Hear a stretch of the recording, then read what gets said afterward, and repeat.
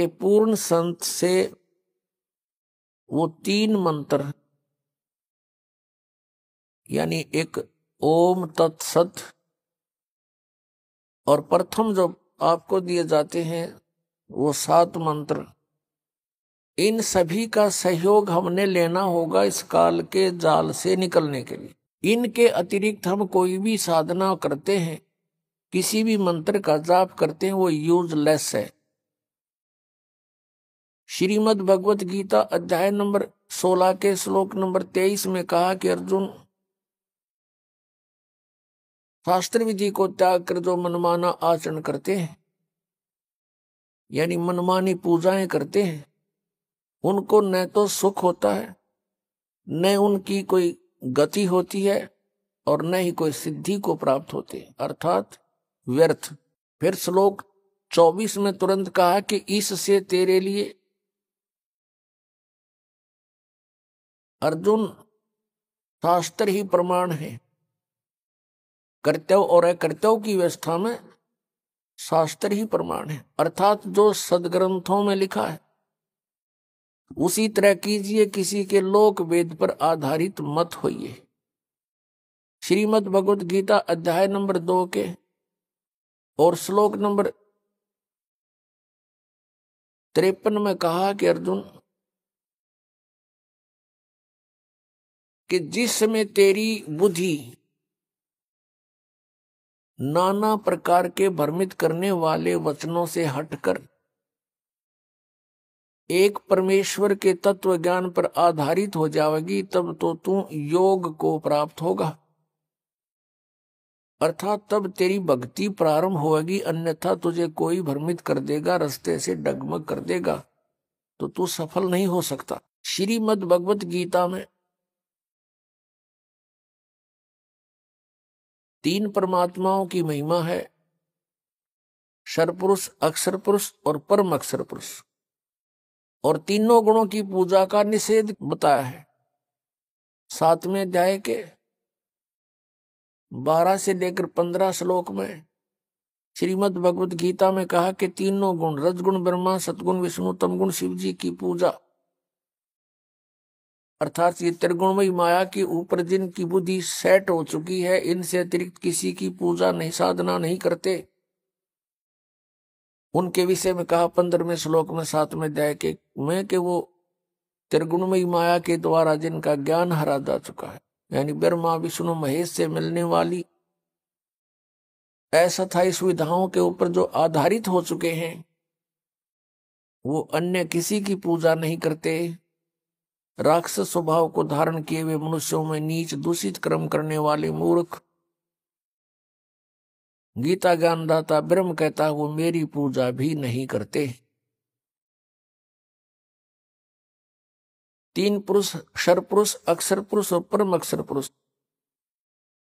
इन तीनों की साधना करने से हम पूर्ण मोक्ष प्राप्त होंगे, जन्म मृत्यु के रोग से छूट सकेंगे।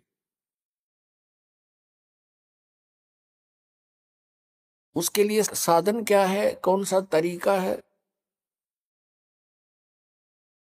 श्रीमद् भगवत गीता अध्याय नंबर 8 के श्लोक नंबर 13 में गीता ज्ञानदाता कहता है, ओम इति एकाक्षरम ब्रह्म व्यवहारन माम अनुसमरन ये प्रयाति तजम देहम स याति परमाम गतिम। मुझ ब्रह्म का केवल एक ओम मंत्र है, नथिंग एल्स, एक ओम अक्षर है मुझ ब्रह्म का, उच्चारण करके सिमरण करता हुआ यह प्रयाति तजम देहम, जो शरीर छोड़कर जाता है, अर्थात अंतिम श्वास तक ओम का जो जाप करता हुआ जाता है, स याति परमाम गतिम, वह परम गति को प्राप्त होता है। कौन सी परम गति को? जो ओम से होने वाली है। ओम के जाप से, ये ब्रह्म का जाप है, सरपुरुष का जाप है, इससे क्या प्राप्ति होगी, क्या उपलब्धि होगी? कि ब्रह्मलोक प्राप्ति होगी। गीता जी अध्याय नंबर 8 के श्लोक नंबर 16 में कहा कि ब्रह्मलोक पर्यंत भी सभी पुनरावृत्ति के अंदर है, वहां गए हुए प्राणी भी जन्म मृत्यु में आते हैं। ये पूर्ण मोक्ष नहीं है, और जब तक पूर्ण मोक्ष नहीं होगा तब तक जीव को परम शांति नहीं हो सकती। जैसे गीता अध्याय नंबर 8 के श्लोक नंबर 16 में इन अनुवादकर्ताओं ने यहां गड़बड़ी कर रखी है। इसमें लिखा है कि उनका अनुवाद ये है कि ब्रह्मलोक पर्यंत सभी पुनरावृत्ति में है अर्जुन, अर्थात ब्रह्मलोक में जाकर भी वापस आते हैं। इन्होंने अनुवाद किया कि मुझे प्राप्त प्राणी का फिर जन्म नहीं होता, या अनुवाद गलत कर दिया। उसका अर्थ ये है, जो ये नहीं जानते कि मुझे प्राप्त होकर भी पुनर्जन्म है अर्जुन, उनका फिर भी पुनर्जन्म है। जो ये नहीं जानते वो प्राणी मुझे प्राप्त होकर भी बार बार जन्म मृत्यु को प्राप्त होते हैं। यदि उनके अनुवाद को यहाँ सच्चा माने कि गीता ज्ञानदाता ये कहता है कि मुझे प्राप्त प्राणी का पुनर्जन्म नहीं होता, तो गीता अध्याय नंबर 4 के श्लोक नंबर 5 और 9 में, गीता अध्याय नंबर 2 के श्लोक नंबर 12 में, गीता अध्याय नंबर 10 श्लोक नंबर 2 में गीता ज्ञानदाता कहता है, अर्जुन तेरे और मेरे बहुत जन्म हो चुके हैं, तू नहीं जानता मैं जानता हूं। मेरे जन्म और कर्म अलौकिक है। तू और मैं और ये सभी सैनिक राजा जन पहले भी थे, आगे भी जन्म होगा। ये ना सोच कि हम वर्तमान में ही हैं। इससे सिद्ध हो गया कि गीता ज्ञानदाता जो ब्रह्म है, सरपुरुष है, इसके भी जन्म मृत्यु होती है, ये अविनाशी नहीं है। फिर गीता जी अध्याय नंबर 8 के श्लोक नंबर 16 में ये अनुवाद करना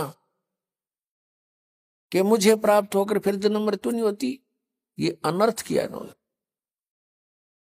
अपने आत्माओं, गीता अध्याय नंबर 8 के श्लोक नंबर 1 में अर्जुन ने पूछा कि प्रभु आपने जो गीता अध्याय नंबर 7 के और श्लोक नंबर 29 में जिस तत्परम के बारे में कहा है कि जो व्यक्ति यहाँ जरा और मरण से छूटने का ही प्रयत्न करता है, वो तत्परम से, पूरे अध्यात्म ज्ञान से और सभी कर्मों से परिचित हो चुका है।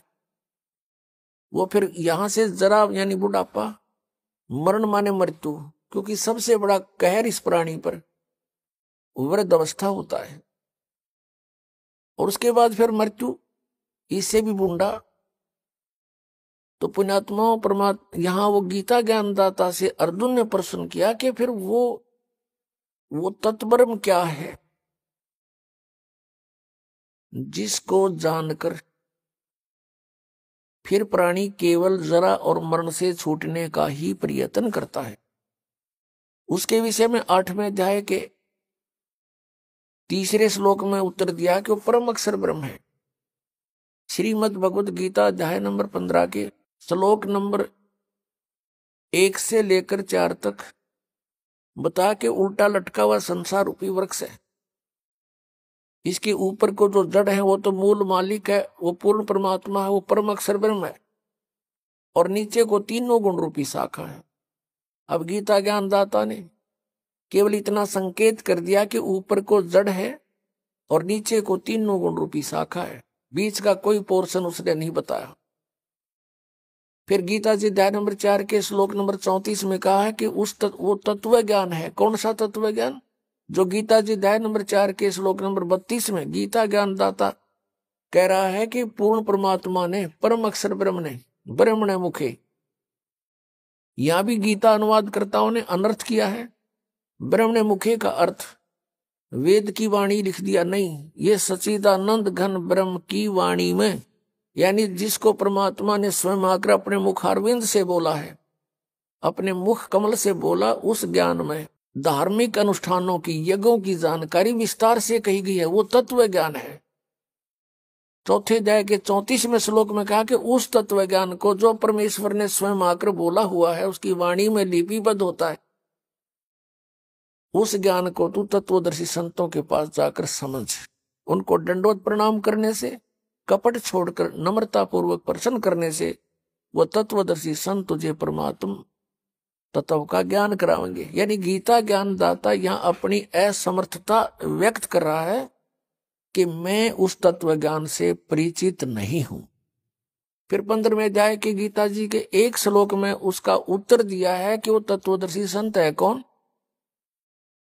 ऊपर को जड़ वाला, ऊर्ध्व मूलम अधः शाखम, ऊपर को जड़ और नीचे को तीनों गुण रूपी शाखा वाला। ये उल्टा लटका हुआ संसार रूपी वृक्ष समझो, जिसकी जड़ तो ऊपर ने है और नीचे को तीनों गुण रूपी शाखा है। अब गीता ज्ञानदाता ने इतना संकेत दिया है और बताया कि जो इस उल्टे लटके हुए संसार रूपी वृक्ष के सभी छंद, सभी विभाग बता देगा पत्तों सहित, स वेदविद, वो तत्वदर्शी संत है, वो वेद के तात्पर्य को जानने वाला है। तो परमेश्वर कबीर देव जी वो सच्चिदानंद घन ब्रह्म है, जिन्होंने 600 वर्ष पहले अपनी अमृतवाणी कबीर वाणी में अपने मुखारविंद से, मुख कमल से वो तत्व ज्ञान बोला। उसमें क्या बोला था कि अक्षर पुरुष एक पेड़ है, निरंजन वा की डार और तीनों देवा शाखा है ये पात रूप संसार। दूसरे शब्दों में अक्षर पुरुष एक पेड़ है, सरपुरुष वा की डार और तीनों देवा, रजगुण ब्रह्मा, सतगुण विष्णु, तम गुण शिव जी, तीनों देवा शाखा है और पात रूप संसार। तो परमात्मा ने आकर यू ज्ञान बोला, ये सच्चिदानंद घन ब्रह्म की वाणी कबीर वाणी। इसी का रेफरेंस ऋग्वेद मंडल नंबर 9 और सूक्त नंबर 96 के मंत्र 16 से लेकर और 20 तक है कि हे परमात्मा आपका वास्तविक नाम क्या है। 16वें मंत्र में प्रश्न है, उत्तर दिया 17वें मंत्र में कि वो कबीर साहब, कबीर परमेश्वर है और कबीर वाणी के द्वारा वो अपने ज्ञान को लोकोक्तियों के माध्यम से उच्चारण करके बोलता है, जिस कारण से वो एक प्रसिद्ध कवि भी कहलाता है, लेकिन वो होता है परमात्मा। और फिर 18वें मंत्र में कहा कि वो तीसरे मुक्ति धाम में रहता है, सतलोक में रहता है, वहां से गति करके आता है। गीता जी अध्याय नंबर 15 के श्लोक नंबर 4 में कहा है कि जब तत्वदर्शी संत आपको मिल जावे, उसके पश्चात परमेश्वर के उस परम पद की खोज करनी चाहिए, जहां जाने के बाद साधक फिर कभी लौटकर संसार में नहीं आता। और जिस परमेश्वर ने सारे ब्रह्मांडों की यानी संसार रूपी वृक्ष की रचना की है, और मैं भी उसी की शरण में हूं, केवल उसी की भक्ति करनी चाहिए। अनन्य मंत्र श्रीमद् भगवत गीता अध्याय नंबर 18 के श्लोक नंबर 62 में कहा कि अर्जुन, तू सर्व भाव से उस परमेश्वर की शरण में जा, उसकी कृपा से तू परम शांति को और सनातन परम धाम को प्राप्त होगा, शाश्वतम स्थानम। अब इससे सिद्ध हो गया कि गीता ज्ञान दाता श्री कृष्ण जी में प्रवेश करके ब्रह्म बोल रहा है,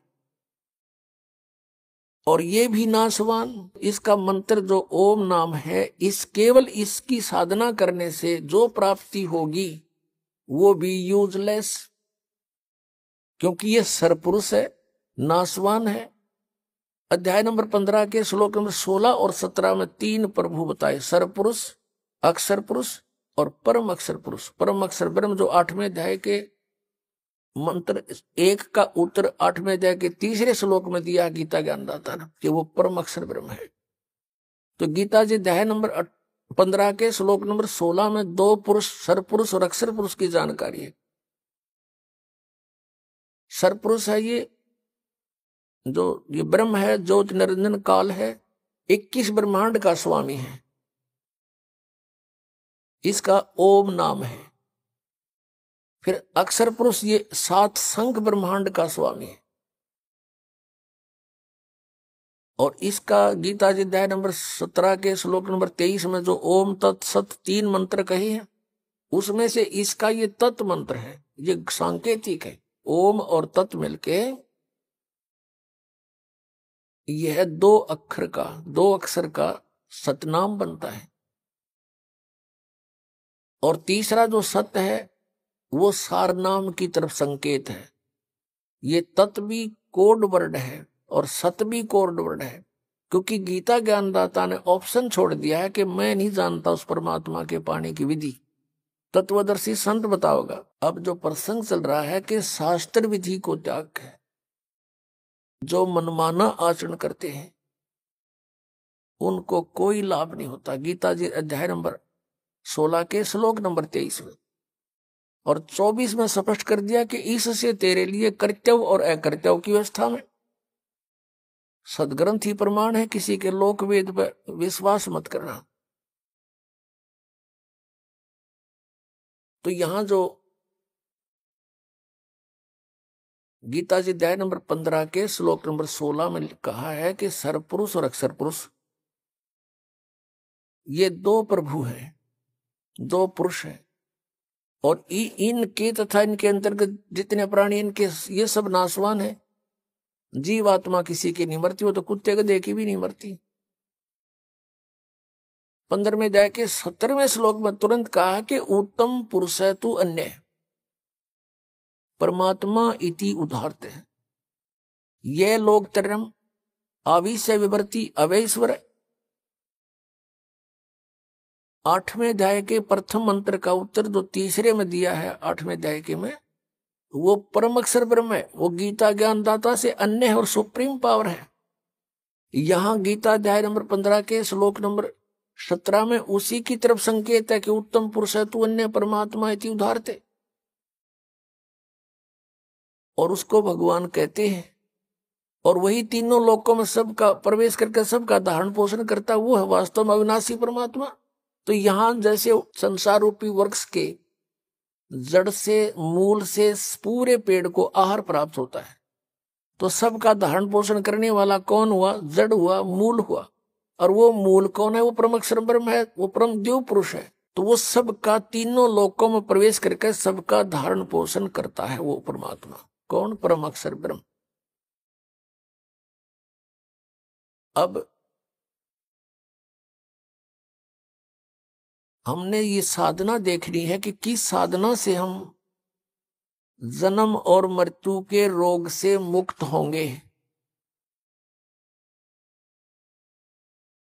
और सदग्रंथों में प्रमाण हो वही सफल होगा। अब गीता जी अध्याय नंबर 15 के श्लोक नंबर 18 में फिर इसने थोड़ी सी टांग अड़ाई है गीता ज्ञानदाता ने, लेकिन उसने बोला तो ठीक है, समझने वाले उसको गलत समझ जाते हैं। 15वें अध्याय के 18वें श्लोक में कहा कि मैं लोक वेद के आधार से पुरुषोत्तम प्रसिद्ध हूं, क्योंकि मेरे अंतर्गत जितने प्राणी हैं मैं उनसे उत्तम हूं। उत्तम माने श्रेष्ठ हूं, तगड़ा हूं, उनसे मैं शक्तिशाली हूं। इसलिए मैं लोक वेद के आधार से पुरुषोत्तम प्रसिद्ध हो रहा हूं। आई एम नॉट पुरुषोत्तम। पुरुषोत्तम तो 15वें अध्याय के 17वें श्लोक में इसने खुद बता दिया कि वो है पुरुषोत्तम।